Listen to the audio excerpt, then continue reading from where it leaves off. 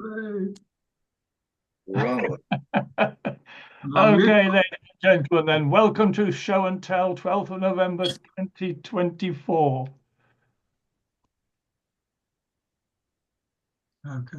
I'll mute all, Mick, and you'll have to unmute yourself. Ah, Right, now you'll have to now unmute yourself. And John will as well. Okay. I can't get a picture up of me, but we're all having fun, aren't we? I'm hoping you can hear me. Right. Okay. Right, I'm going to share again now. So once the shared screen came up, it blocked my little microphone. Okay, share. Slideshow. Yeah, that's it. That should be it. Okay. You want me to start? I haven't got start from the beginning yet. Don't know where Mick, if you can go in slideshow mode. I am in slideshow mode now. Yeah, we all are having fun, aren't we?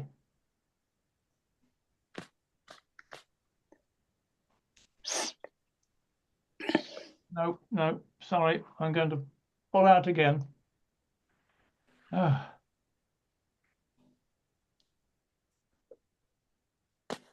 Not taking the normal route, I must admit. Right. Right. That's that.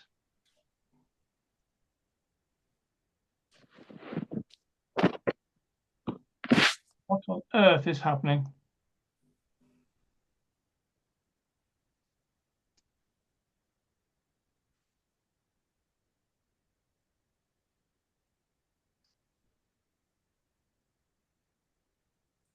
Yeah. Can you hear me all right? Yeah, I can hear you, Mick. Yes. Yeah, it's just that as it opens, it doesn't open up at the screen with the with just the stuff from It may be minimized. You need to maximize it.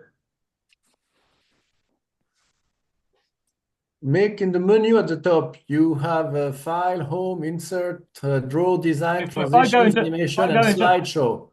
If I go into home. Yeah, go further to the right. Insert, draw, design, transition, slideshow. And click on there that. we are. I beg your pardon. And from the beginning. Here we go. We're hooray at last. Okay. I'll just. That's fine. There we are then, John. Thank you very much, Mick. You can start at last. Okay. Okay. Well, my apologies to everyone who actually wants to see me, but I've decided that I would start again. Bearing in mind it's over a year ago that I started with part 1. So I'll run through a very brief précis of the opening talk that I gave, which explained that on the 21st of August 1914, the International Agency of Relief and Information for the Prisoners of the First World War was opened. In its infancy, it was manned by the Committee of 8, plus its secretary and a student volunteer. By the end of the year, their ranks had swollen to a staff of 1,200. And initially, this agency was based at their premises in Geneva. However, it quickly became evident that this address was insufficient to cater for the demands being placed upon it. And on the 12th of October 1914, the municipal authorities placed the RAF Museum, which is situated at Place Neuve in Geneva, at their disposal. Now, those of you who collect or have collected letters addressed to the Red Cross in Geneva may have noted that there were coloured labels attached to them. Basically, the majority of them that you will notice, and here's an example of two of them, were green labels. The two that are displayed are the ESFF stands for Enquête Spéciale Fichier Français, which is a special file for the French. Now, the instances that are on the screen show a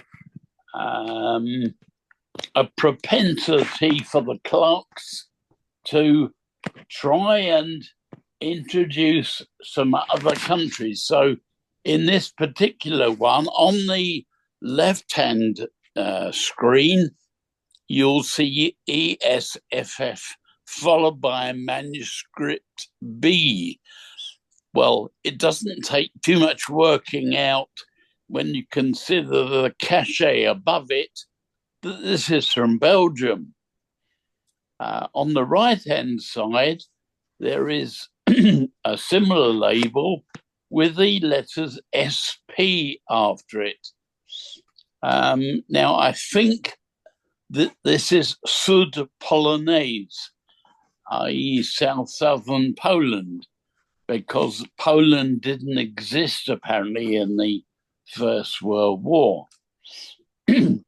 So that is those two. Now, the next one that you'll see has got letters OO on it. I would be interested from anybody who can tell me what the letters OO stand for. The closest that I've got to is Ob Ost. Now, bear in mind that the clerks at Geneva all spoke French, and Ob Ost is German, and likewise, the O could have stood for Österreich, meaning Austria. But similarly, the French for Austria is Autriche. So it's a mystery, and I can't give you an explanation for the letters OO. So I'll have to see if anybody can hazard a guess at what the O might stand for. I've guessed that one of the O's is possibly Outre-mer, which is overseas. But that means I don't know what the other one is. So any suggestions for that would be welcome. Right, now that is the more common tracing label. The next most common is a cerise label. Now we're going back now, Mick. Yeah, I don't know what's happening here. I'm so sorry. No.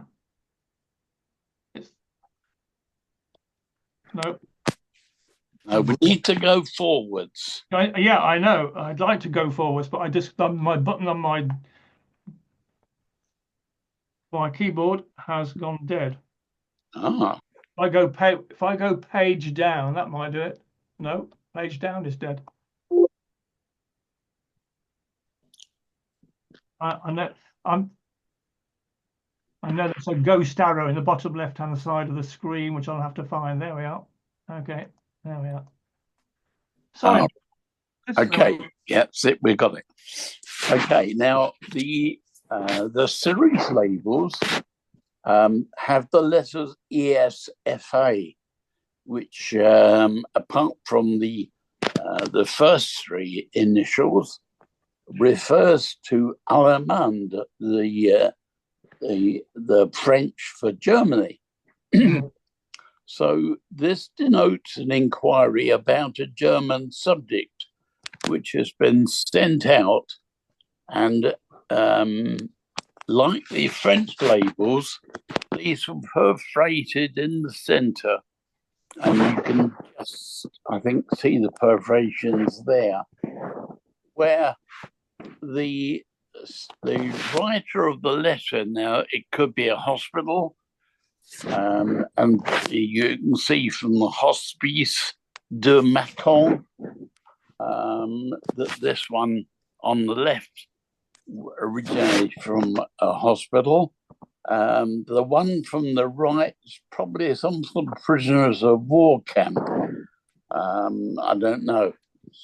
But anyway, these were sent out by the tracing service with the object in mind that when the persons replied, they detached this perforated half and stuck it on their letter so that it would go to the clerk dealing with their inquiry, or at least find the clerk a lot quicker.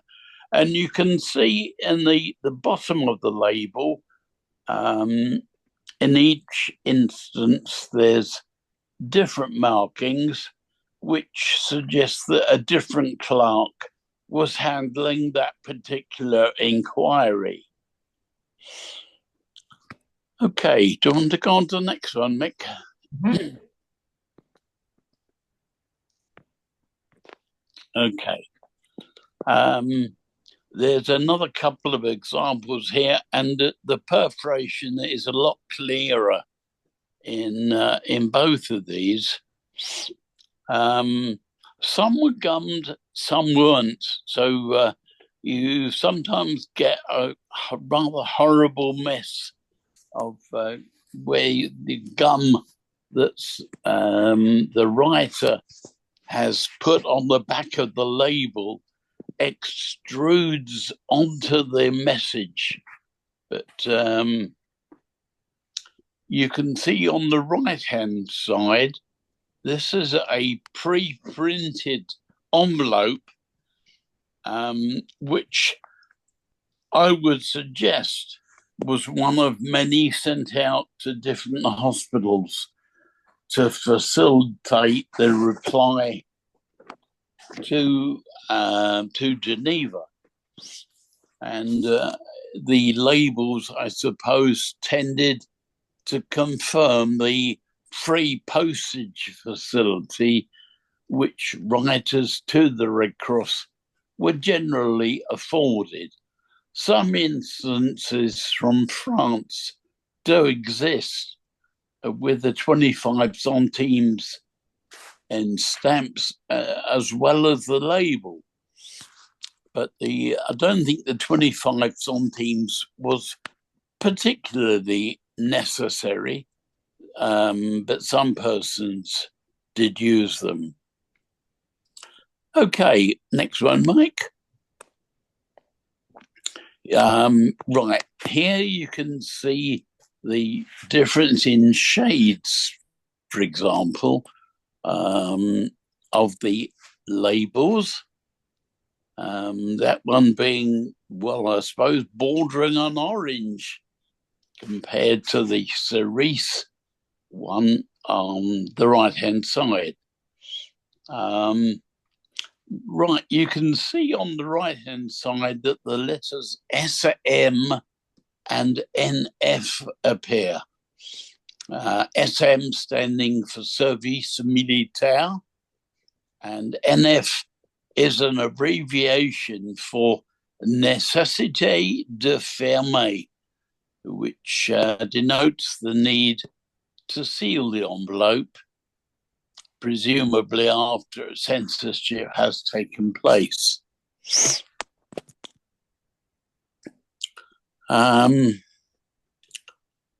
Right, with the one on the left, the hospital number is obliterated. This is more likely to be due to the fact that an old hand stamp was being utilised at a recently reopened hospital than for censorship reasons. And it's quite common for the hospitals to close down and then to reopen sometime later. So that's probably an explanation for that. Okay, next one, please, Michael. And this is an example of what I just said about the glue extruding onto the paper and leaves a bit of an unsightly mess. It's fairly unusual, actually. Most of them were gummed, but I've never yet established whether the gum, whether they were printed in booklets or, and I doubt that because the second half of the label didn't contain the perforations that you would find having removed them from a booklet. So I suspect that the labels were actually from a sheet and were guillotined to explain why they were left as that you can just see the perforation in the center. But of course, these were sent out to people to reply having removed half the label. So they had to keep half the label and attach that. Right, now, this one is another one where there's a mystery, which is what the letters RO stand for. Again, this goes back to the possibility of the Republik Oostenrijk, but I suspect that is possibly right. I'm assuming that there were some German-speaking clerks.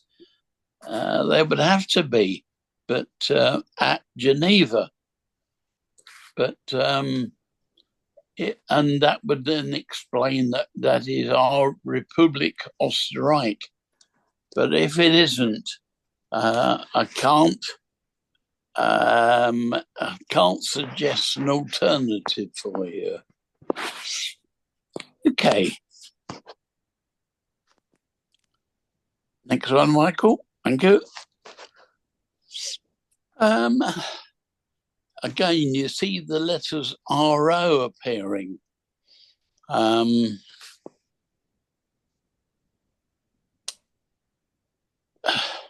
Still comes back to the mystery of what RO stands for. And there's nothing, the origin of the letters are from Poitiers in Vienne. I don't know. I don't know why or what RO stands for, but these are two quite nice examples of the labels that were sent to Geneva. Okay, Michael. Right, well, I've no doubt that the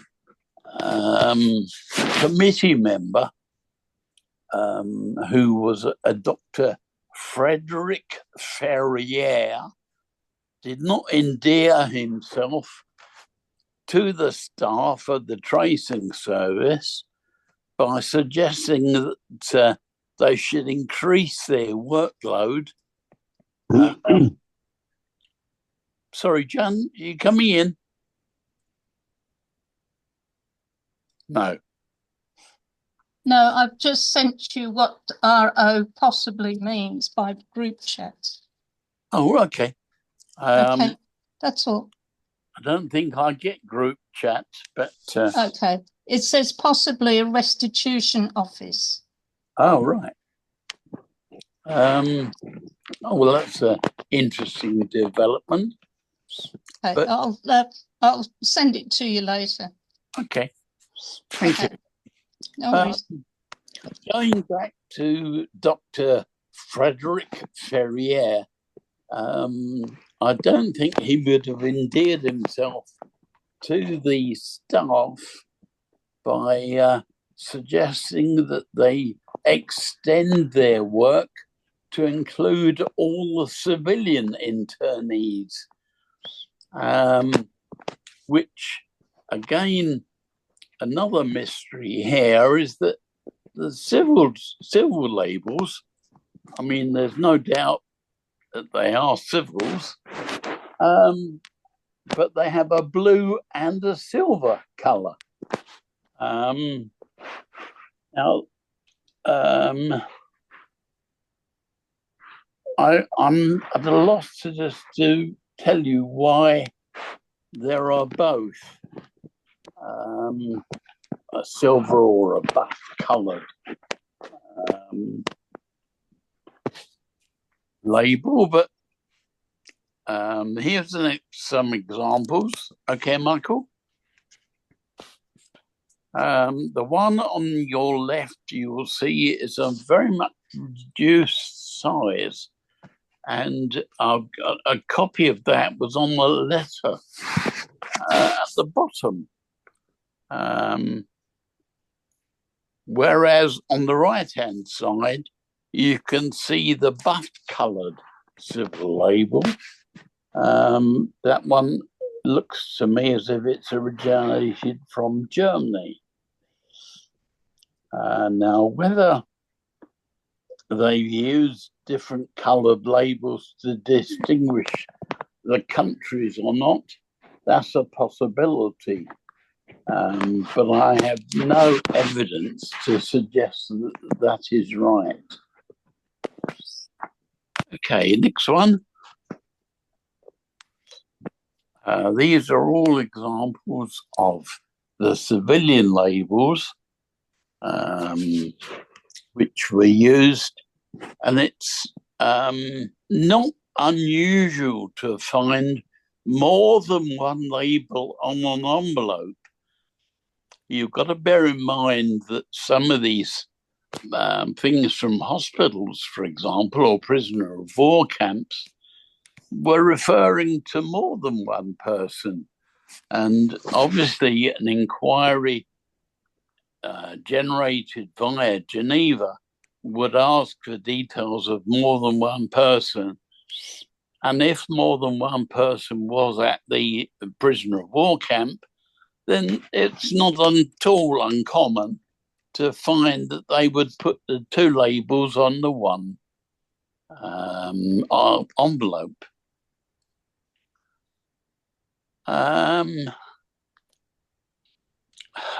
On the right-hand side, it's unusual to find a tracing service reply label being postally cancelled. And I've explained there, one reason being that they were rarely stuck in the top right-hand corner of envelopes, and the other, of course, being that they had no postal validity. Right, next one, Michael. I think basically these were probably pre-printed to refer to civilians, and you can see from the caches in the corner where they've originated from. So this must be the sort of civilian printed labels, which don't have any colour at all. Okay, Michael. Right, now this is we're now getting to the more unusual trade labels. There were only about half a dozen. And this one is what they call a committee label, which would have been sent to Red Cross by a member of the committee. And this particular label was used to denote that it was a committee problem or matter that the letter dealt with. So it was designed to avoid being stuck in the main. Well, there were 6,000 letters a day. So you can probably guess for yourself, but if one was marked committee, then it would be singled out for the right person. Okay, Michael. Right, now these are the other ones that are quite rare. These relate purely and simply to the treasurer of the Red Cross. And similarly to the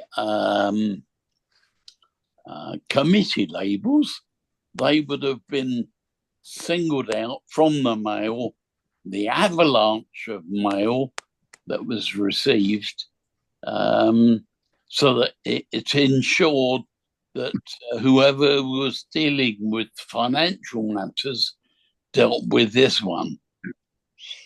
I've not seen very many of these, and basically what you're seeing is all I've got in terms of the committee and treasury labels, so you can probably imagine that they were less common than the others. Okay. Right, thank you very much then, John. That's a pleasure. Even if we couldn't see you, it's been a very, very interesting talk. Thank you so much. Good, thank you very much. And I think if we've got any questions, we'll leave them till the very end of the meeting, okay? So we'll go through each speaker and then get back to any questions on any of the topics. Okay then, Loïc, it's over to you. All right, well, we'll continue in the period, okay, of the First World War. And it's I think, timely, since we just had the Veterans Day and the Armistice yesterday. So some celebrations in France and elsewhere. So let's talk about, mostly mail that is stamped, franked with group type stamps, which is my area of focus, that went through the military censure. So if you can move ahead, Mick, please. Okay, so I'm not going to give you a long talk about, postal censorship or military censure during the First World War, but there is a ton of stuff available on the internet. Suffice to know that the first Commission Contrôle Postal or Postal Control Commission, was established at the end of 1914 in France in Belfort, mostly to control the mail that transited between the freed area of Alsace and the one that was still under German control, with the mail transiting through Bâle in Switzerland. A second one was established in early 1915 in Pontarlier, that was in charge of controlling the mail going, and that linked to the prior presentation by John, to war prisoners. That will be sent from Pontarlier to Bern in Switzerland, and then to Germany and back. And then we'll start looking at soon after the French authority realized that they also needed control for mail that would go to foreign countries. There was no censure on the mail that was transiting between allied nations, let's say France and the UK. But mail going to Switzerland, going to Denmark, going to Netherlands would be subject to military control. So let's move on, and we're going to start with the first one that I have found. So we had a March 1915. This is quite early. The mail was sent on March 31st from Ngomo in Gabon. The Postal Control Commission, which you see the stamp ouvert par l'autorité militaire, that correspond to the commission from Dieppe. That was just instituted in April 6, 1915. So actually the mail, that cover was in transit, and then it arrived. And by then there was a decision made to control the mail going to the Netherlands. And so it was controlled in Dieppe. That was just really put there to control mail to Netherlands and all the Scandinavian nations.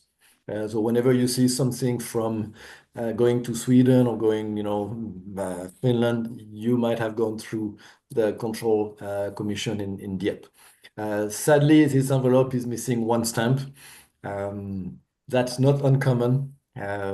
I assume it's a 5 cent, another print of 5 over a 15, stamp probably. But that's what it is. Let's move on to the next one. So this next one is complete, also from Gabon, June 1915 to the Netherlands. This one went to the a match, fabric in Eindhoven, and you can see the same hand stamp ouvert par l'autorité militaire, opened by the military authorities. This time in a slight purple versus the blue from before, and of course the same kind of usual tape from the postal service that was used to reseal the envelope after opening. So another one from Gabon to the Netherlands, and this one has all of its stamps on it, so much nicer cover. Let's move on to the next one, please. So, so this one is one that used to be in the collection, I think, from my good friend Ed Grabowski, that I have managed to acquire some time ago. Quite interesting because coming from New Caledonia, from the small village of Uegoa, and going to Switzerland. And this one went through the Postal Commission number 257, which is one in Bellegarde that was in charge of all of the mail transiting. There was a lot of traffic going on between, let's say, France and Spain and Germany going through that area. So there was also a Postal Control Commission established in Bellegarde to maintain some control over the content of the mail that was sent through the border. Pretty interesting. And this one with actually the tape, the Contrôle Postal Militaire, tape versus the one we have seen just before from the French Postal Service. Let's move on to the next one. Okay, probably one of the most interesting one I have seen. Sadly, although it was also in Ed's collection, I have not managed to buy it yet. One that came from French Sudan, from Zinder, to France. And it was actually controlled in Sudan, before leaving. You can see the tape on the side, which is actually, handmade, contrôlé par l'autorité militaire, which is typed with a typewriter on a piece of paper that was stuck there after the letter was opened, with a seal from the Territoire Militaire du Niger, le commandant. So very, very original, because it was actually a registered letter that was sent from Sudan to France and was controlled at the origin, maybe to make sure that there was no information being provided about the French troops in the area. Who knows? But a beautiful, beautiful cover, in my opinion. Let's move on to the next one. So this one from November 1915, a very original one from Saint-Pierre-et-Miquelon to Switzerland. It seems that Monsieur Jacquard used to collect, or was quite happy with Red Cross overprint on stamps, because I have seen another cover sent to him from some African colony with exactly the same writing at the same period. But having this one here that went through, once again, the commercial control number 257, so Bellegarde. And it has a beautiful 35 cent from Saint-Pierre et Miquelon. So what's not to like? Huh? It's a beautiful cover. From a pretty rare origin, with I asked Jean-Jacques Tillard, and he told me that he didn't know of any other mail from Saint-Pierre et Miquelon in the First World War that had gone through military censorship. So I'm pretty happy with this one. Let's move on to the next one. Here we have another one that used to be in Ed's collection, and I don't know who owns it today. Beautiful, strip of 5 of the 5 cent over 15 centimes. Once again from Ngomo, Gabon. Once again, the date, the hand stamp, the date is the 16 is inverted, but that's an April 16, Gabon to Switzerland, with the control commission number 405, which is Bourg-en-Bresse. So also on the Middle Eastern part of France, which is normal given the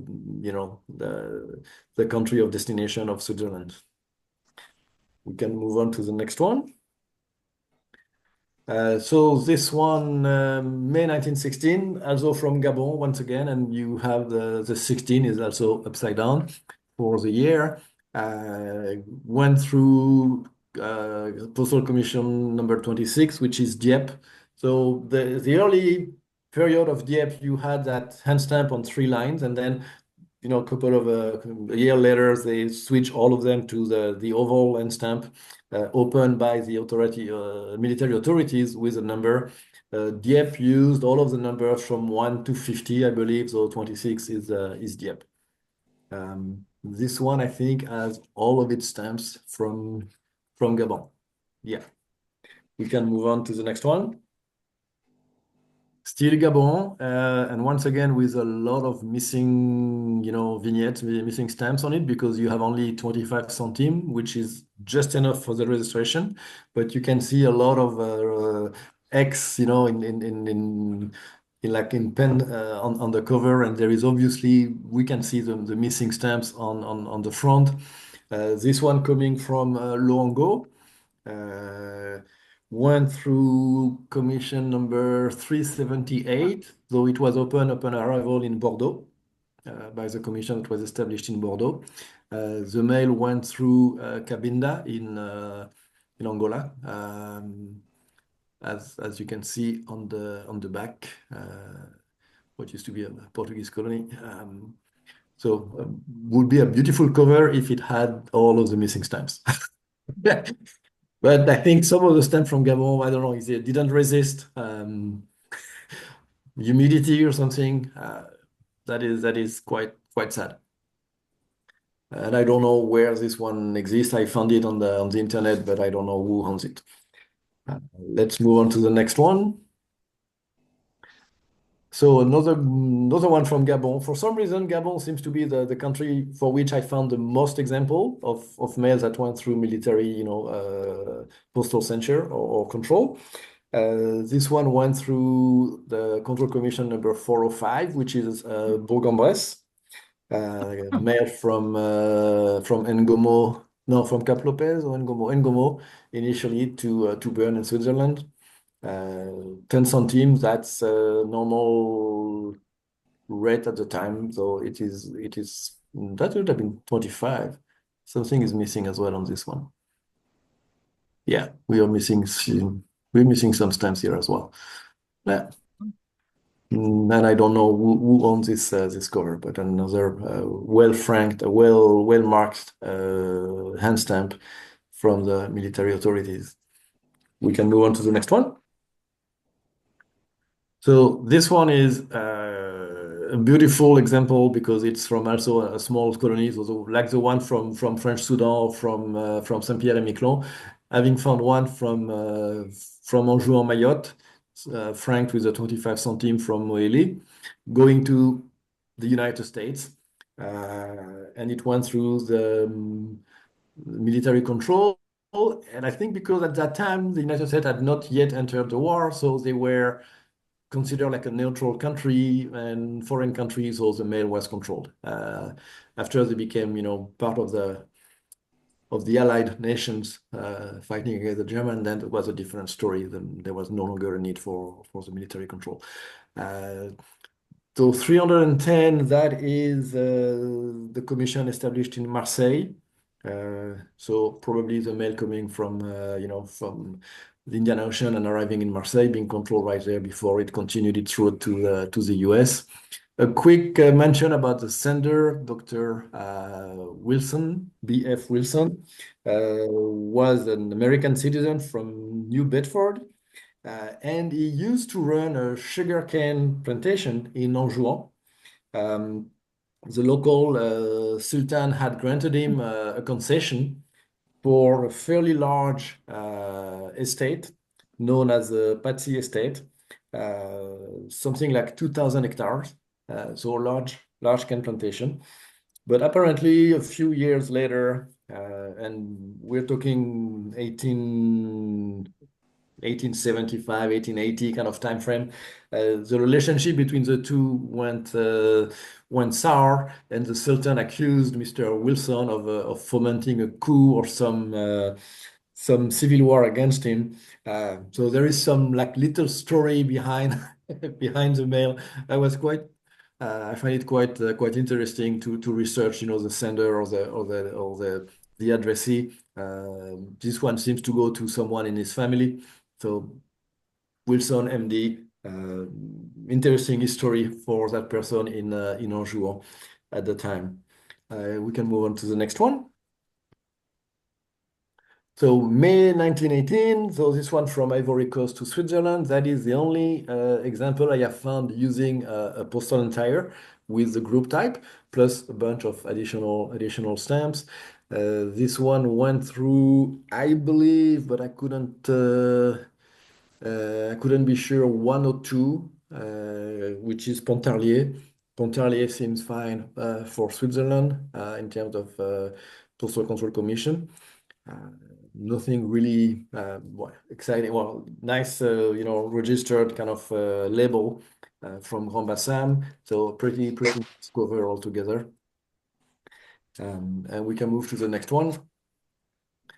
This one from August, going through the Control Commission number 117, which could have been Pontarlier, because Pontarlier used the hand stamp number 101 to 150, but Pontarlier, the Control Commission, was moved to Beaune as of June 1918. So 117 at that time was actually the Control Commission established in Beaune, with another registered cover from Grand Bassam going to Switzerland.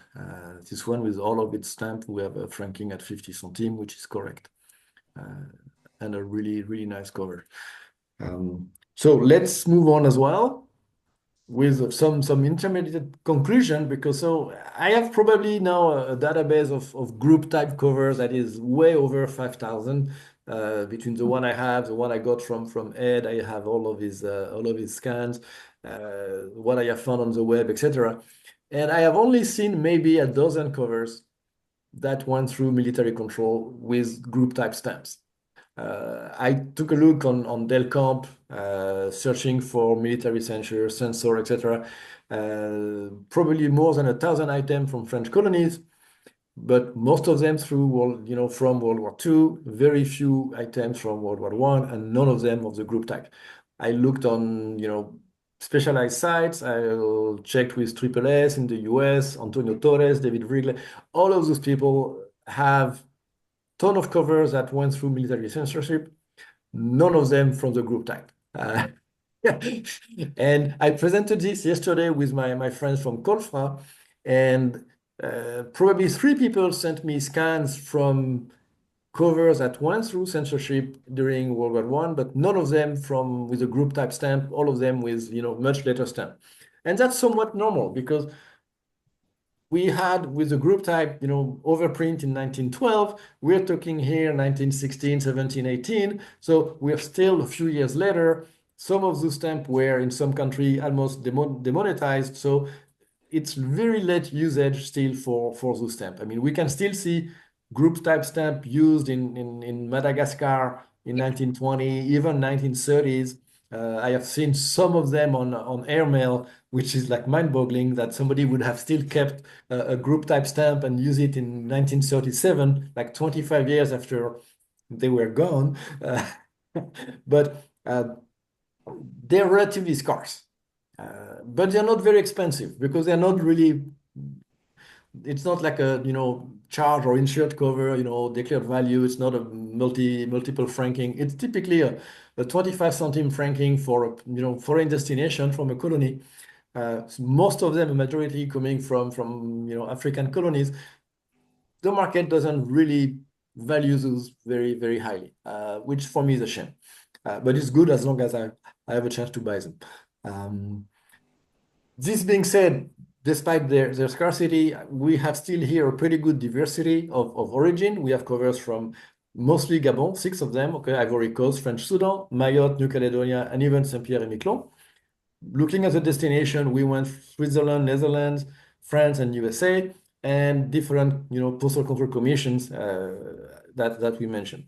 I think we still need to continue to look into that and maybe extend this research beyond the group type or beyond just the First World War. Let's move on, please. And that takes me to group type, but much earlier. We're in 1902. And we have a postcard sent from Majunga in Madagascar to Johannesburg in Transvaal or South Africa. That during the Boer War, so this one went through the military or the press censor in Pretoria. And I think there was somewhere, no, not on this one. But that's quite interesting as well. And of course, for me, beautiful because that's a group type stamp, 10 centime on a postcard. Correct franking. Another censorship mark makes me very happy. Let's move on. So if we look beyond the group type, we can see a much broader variety of censorship and mail. This one from Djibouti to the USA, went through 372, which is Bordeaux. Not expensive. This one I think is about like 100 euros, so it's not not very expensive, but quite interesting and nice cover. We can move on to the next. This one is an exception because this one is fairly expensive.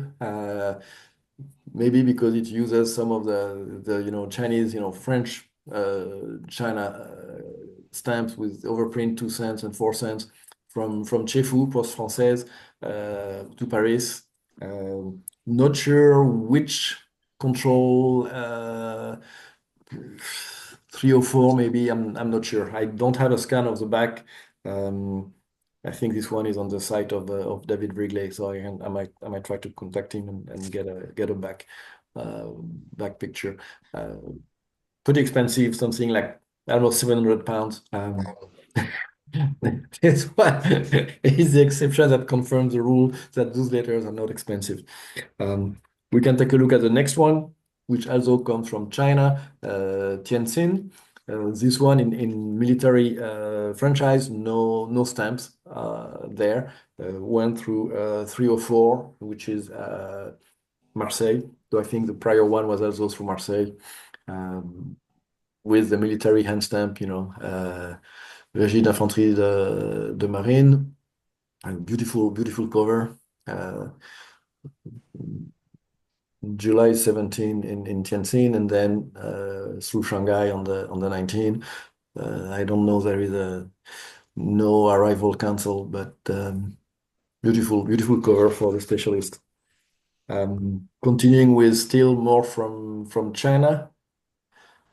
Maybe if we can move on. This one from Canton, also in 1917, and this one went through 302, which is also Marseille. Again, Marseille with numbers 301 until to 350, I believe. So stamp from Indochina, overprinted for use in Canton. Multiple cancels on it, and 302 military authorities, overall cancel. Then we can move on to next one, which is a beautiful one from Marais in the Loyalty Islands. This one to Switzerland.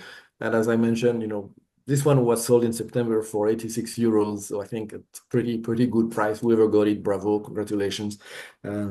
This one went through the Control Commission number 102. It's not very legible, but that is Pontarlier, which is normal for mail going to Switzerland. Can continue with a couple of more examples, and then we'll conclude. So May 1918, another one from the Loyalty Island to the USA this time. You can see open by censor, so it's not the typical ouvert par l'autorité militaire. The little circle 1414 is the typical US censorship mark passed by censor.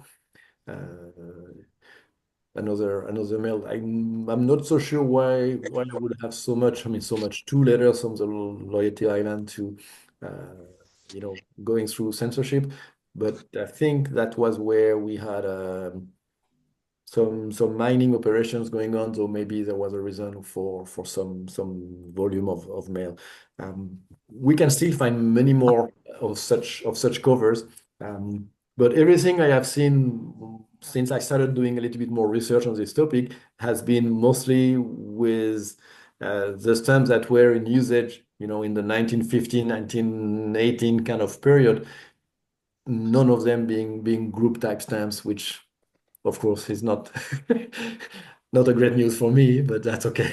So I think that's the last one here. It is, yes. Move on to the next one. Yeah. Oh, thank you very much, Loïc. Lovely material. Okay then, Roger. Are you ready to take over? Roger, you'll need to unmute. Okay. That wasn't very helpful, was it? Okay, Roger. Okay, well, thank you for those 2 presentations before. This is just a little meander through Europe, looking mainly at stamps, and it's taking tapestries as its theme. And so we'll start off in a familiar place with the first one, which is Queen Matilda's tapestry, as it's known in France. We would know it as the Bayeux tapestry. This is there's 4 stamps from France here. And what I find fascinating is the fact that it's employing at least 16 historians who are arguing bitterly to the death about where the tapestry actually came from and who actually did it. Consensus at present is that it was probably done by Norman ladies who came over to England rather than English ladies. Technically, it's an embroidery. I won't get into the details too much because it's stitched and not woven. It's displayed annually in Bayeux Cathedral until it's discovered in 1729. And I thought quite interesting, it was protected during the French Revolution. The revolutionaries actually wanted to protect it and keep it.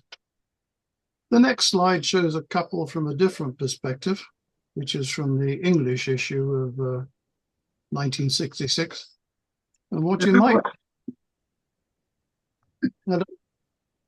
might note from the, no, not yet. Oh, sorry. Sorry, I thought I heard a noise there. What you might note is that the French stamps picked out those parts of the Bayeux tapestry which focused on the legitimacy of Duke William's claim to the English throne, that he was the rightful king. And the English, being romantics to the end, focused on the death of their king with the arrow in the eye and the shield wall breaking.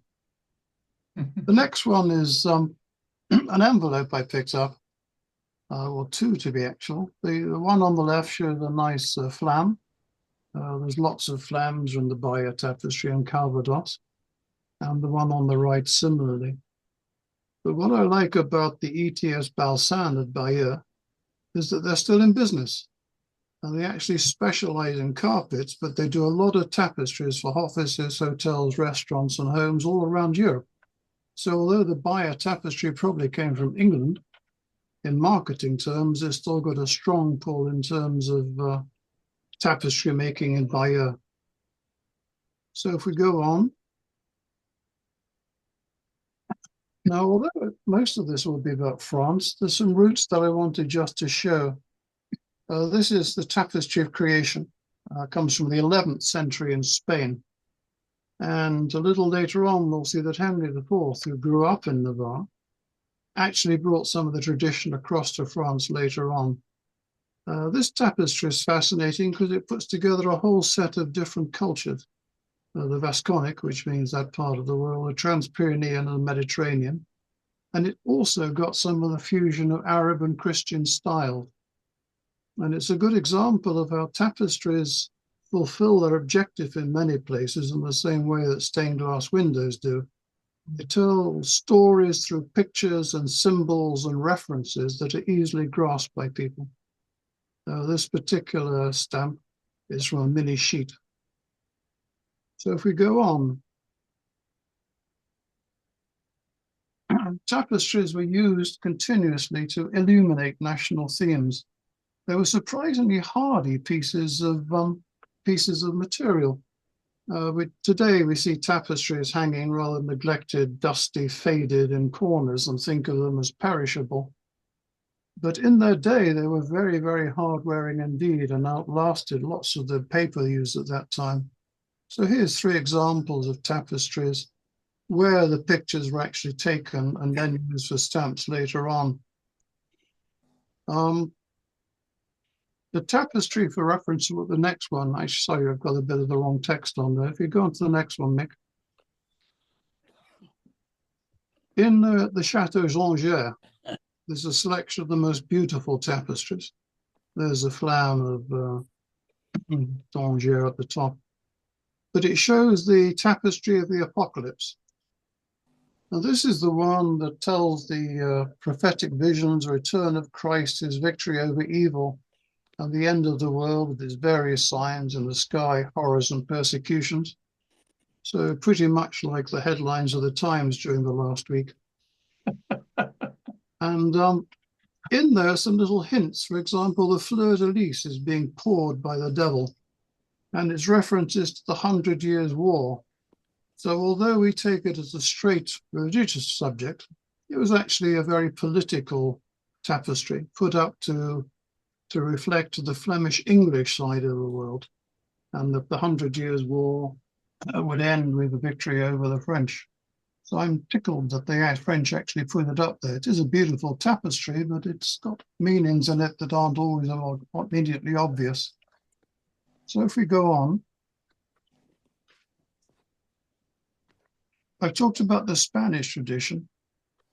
Arras reflects the Flemish tradition. And the stamps on the left there are about the founding of St. Vast up in the north there. Bishop of Cambrai is shown taming a wild bear that had terrorized the local population. For those of us who are in England at present, that has a nice reference about what's going on to which wild bear is being terrorized with the Archbishop of Canterbury. But it's about Arras was the cultural hub for the Carolingian Renaissance. And although there's very few tapestries dating back that far, it was very much what part of Charlemagne's legacy, tapestry, because he was one of the first kings who moved all around the place, never spending 2 nights in the same place. And he was famous for all his tapestries going with him. So every night they're unpacked and put up. The other significance of Arras is that in English, we use the word Arras for tapestry. And those of you familiar with Hamlet will know the famous phrase, I whipped me behind the arras. And Colonies, in fact, got stabbed through the tapestry. He got stabbed through the arras, which was a clever play by Shakespeare on words, because it does have a sort of rather ruder translation as well. I stabbed it behind the arras. We go to the next one. Another famous French tapestry, the Lady of the Unicorn. Pretty iconic. There are actually 6 tapestries in this series. They're all woven in Flanders to the 15th century. It was the court of King Charles VII, and it was probably for the powerful La Viste family. The tapestries present, as it says here, meditation on earthly pleasures and courtly culture. offered through an allegory of the senses. This is the period when the Romance of the Rose and the Tales of Roland, the courtly literature was coming through. But in there, of course, are the symbols of the unicorn, pretty phallic, and of the Virgin Lady, and all the courtly romances were about it didn't matter how big a unicorn you were, you worshipped your lady and did everything for her, but never got very far. Very powerful, iconic, and copied all over Europe. This was the French one, the original one. The next one. I put these up because, as I say, tapestries languished for a bit during the 15th, 16th, 17th centuries, all over the place. Incredibly powerful images and very expensive, as we'll see in a minute. And then after the revolution, Prosper Mérimée was actually charged with the job of trying to revive French culture and traveled all over. And he found in Boussac Castle, in very poor storage conditions, a series of tapestries.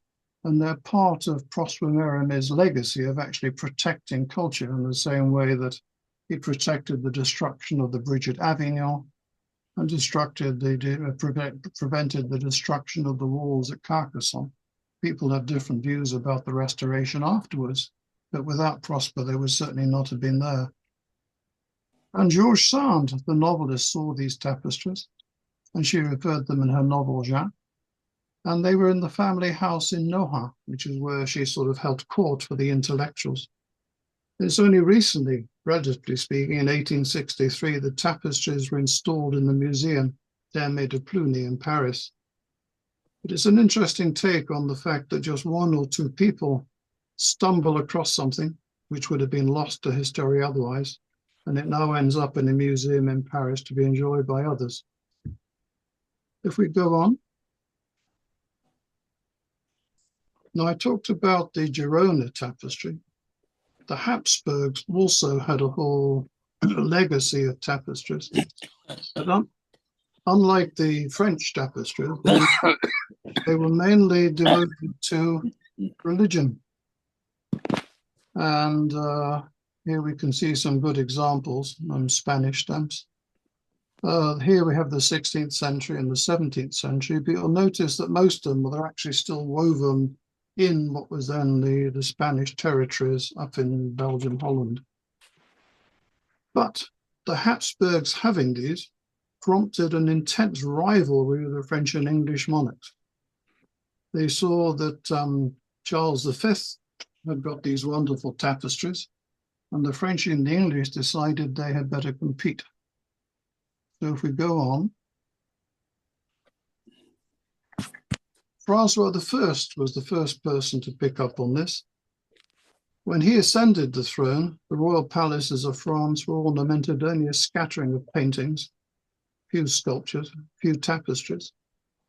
But during his reign, he is believed to have acquired about 40,000 tapestries in various places, many of which can still be seen in the Louvre Palace, but a lot of them were destroyed in the Revolution. And one of the reasons they were destroyed in the Revolution was not for any iconoclasm. It's just that very well woven tapestries are very good for bed coverings. They're very warm. And there are a lot of very fine tapestries sort of served out their days with eiderdowns, bedspreads, and everything else. So in the 18th century, 19th century, early 19th century, a lot of tapestries were lying around in France. And if you go into some of the flea markets, you can still find pieces of tapestry cut to a bed size, 5 foot by 3 foot, which date back to this period, but are now past repair. And there's some stamps that illustrate this period. So if we carry on, I talked about the intense competition between Henry VIII of England and Henry V of the Holy Roman Empire. We have, of course, the field of the cloth and gold, but both Francois and Henry VIII were contemporaries, and they both actually used tapestries as one of their bargaining powers. It was like Ferraris versus Maseratis or Aston, things like that. Henry VIII actually had 2,500 tapestries, and he spent most of his wealth on it. To give you one example, he had 6 tapestries made in 1529, which initially went to Hampton Court but then got lost. They cost 15,000 at that time in the currency.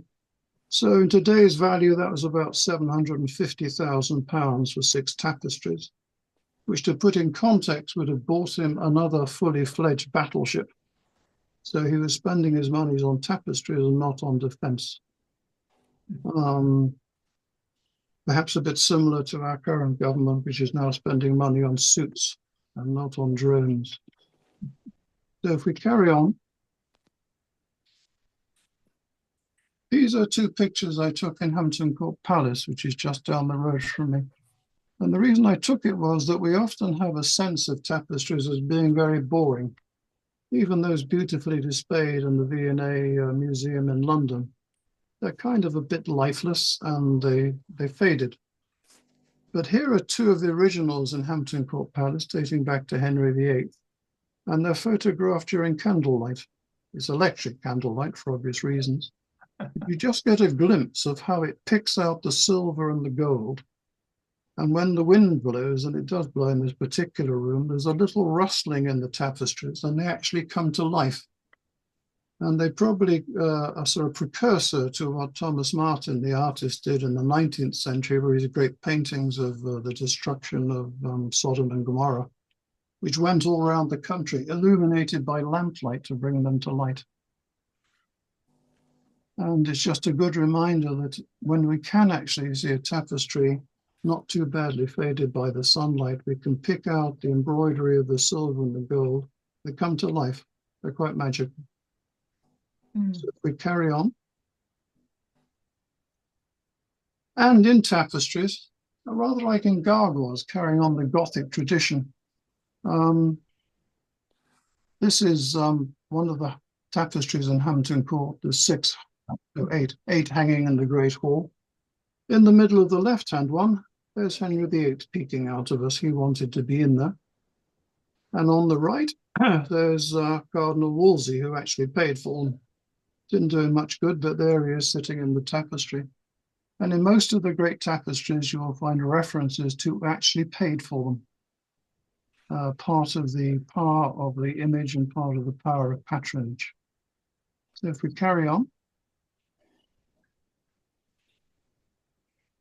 France by now has really got into tapestries. Henry IV founded the first one in Gobelin, and then Colbert, on behalf of Louis XIV, expanded it, so it became a general upholstery factory. The superintendent was Charles Lebrun, famous, of course, for the work he did at Versailles and other palaces, blending art with building, with history. And there's some stamps celebrating those. And in fact, most of the output from Gobelin went to the Versailles and the other chateaux. And as again, most of these tapestries were destroyed during the French Revolution, for example, the one behind Louis XIV in the background there. But the Battle of Fontenoy on the right is one of the few that has survived, probably because it echoed a sort of revolutionary theme, the protection of France, and downplayed the royalist bit. So if we carry on. Namur is another famous place for tapestries in France. Again, the subject in an issue of Stunt shows Louis XV not looking particularly secure on his horse, celebrating this creation of the French cavalry school in Saumur in 1763. It still is a cavalry school, and of course it also headed the French armored divisions. And a little bit of history in there is that Saumur, although we're talking about the 18th century and Louis XV when it really got going again, had been making tapestry since the 10th centuries. Some people believe that it was a friendship with the abbot of Saint-Florent that actually led William the Conqueror to go and seat the Bayeux tapestry. So a direct link between Saint-Florent, 10th century, through to the Bayeux tapestry. So if we go on. Great inventors, Joseph Marie Jacquard, 1750 to 1834.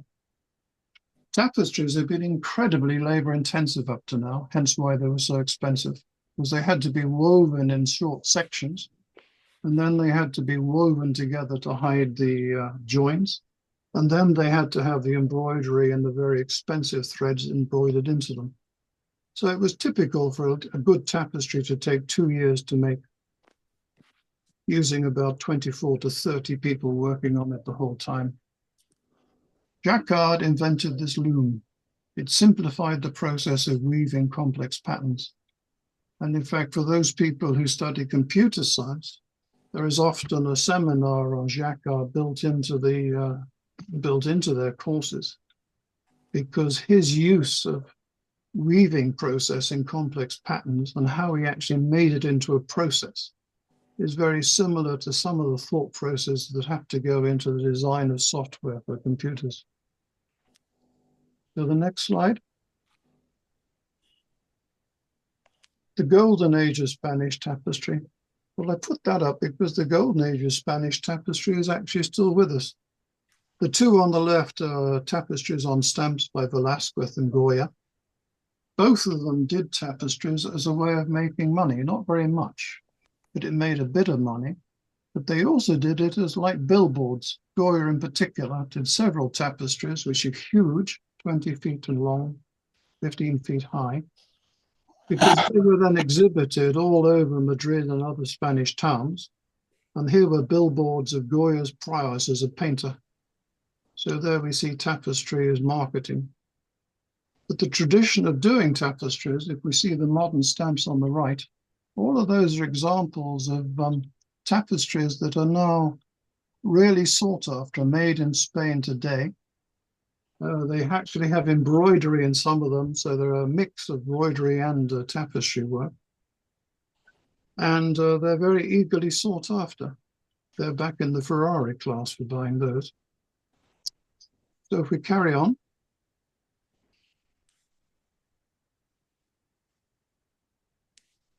I mentioned embroidery, and people can get a bit confused as to embroidery and tapestry. So if we keep it simple, tapestries are woven, you can't see the cloth. Embroidery, you can see the cloth on which these stitches have gone in. But silk was absolutely critical for embroidery. And one of the reasons that tapestries and embroidery became such big industries in France from the 16th century onwards was because of the fact that Lyon became a center of silk manufacturing in France, allegedly because of some skullduggery and smuggling out to China the secret of how you actually bred the worms. But they came out nonetheless. And here's just some stamps and one Cinderella, which I just happened to nice. But silk also was part of an industry now. We're not talking about a few bits of embroidery. Here was an industry based upon a combination of tapestry and embroidery, and was actually picked up by Monet in the Impressionist movement at the end of the 19th century as a very old, very appropriate art form. So the next one. Back to France again, and Aubusson. It's in the Creuse department. Once again, it's been manufacturing tapestry since the 14th century. It became renowned around 1580 when the Flemish weavers arrived in force to actually try and escape the persecution from the Spanish Netherlands. Aubusson revived in the 20th century and is now probably the go-to place to get modern tapestries for big buildings. And for those of an English disposition, it was here that Graham Sutherland's Christ in Glory for Coventry Cathedral was woven in the 1960s. And it's a source of some sadness to me that I don't ever remember seeing a British stamp showing Graham Sutherland's tapestry. It's a picture of the outside of Coventry Cathedral, but not the tapestry. If that had been a French cathedral, I'm sure we'd have had it on the stamp by now. So the next slide. I put this a postscript because although I've been highlighting the significance of France in the development of tapestries and still making them current, traditional tapestry weaving continues in Scotland. This is distinct from making tartans. And that's actually one of my relatives sitting behind the loom, so I thought I'd put that in for no other reason than that. He's no longer with us, sadly, but he was well known in his times up on the west of Scotland. The next one. In France, as I mentioned, tapestry industry continues to develop, highly sought after, very profitable. Quite a few tapestries have been actually going out to the Far East, especially to China. So we're now reversing what for yet centuries was the Chinese beautiful fabrics coming to the West. We're now seeing some beautiful fabrics going back to the East. And then the final slide. Just down the road from me, I showed the tapestries of Henry VIII. There is still the Royal School of Needlework and Embroidery at Hampton Court, which has a big membership. There's a waiting list to join it. And it is now probably the primary restoration centre of historic tapestries, certainly in England, but also for the rest of Europe. So, although tapestries often don't appeal to people, they have a long history. They have had a great significance in the display of wealth. They've had a great significance in the way of being used. And they now have another great revival because they're seen as very beautiful pieces of works of art. So just to canter through some stamp and a few bits of postal history. And that's the end, I think. Well, thank you very much, Roger. I'll stop sharing now. There we are. I shall stop recording now.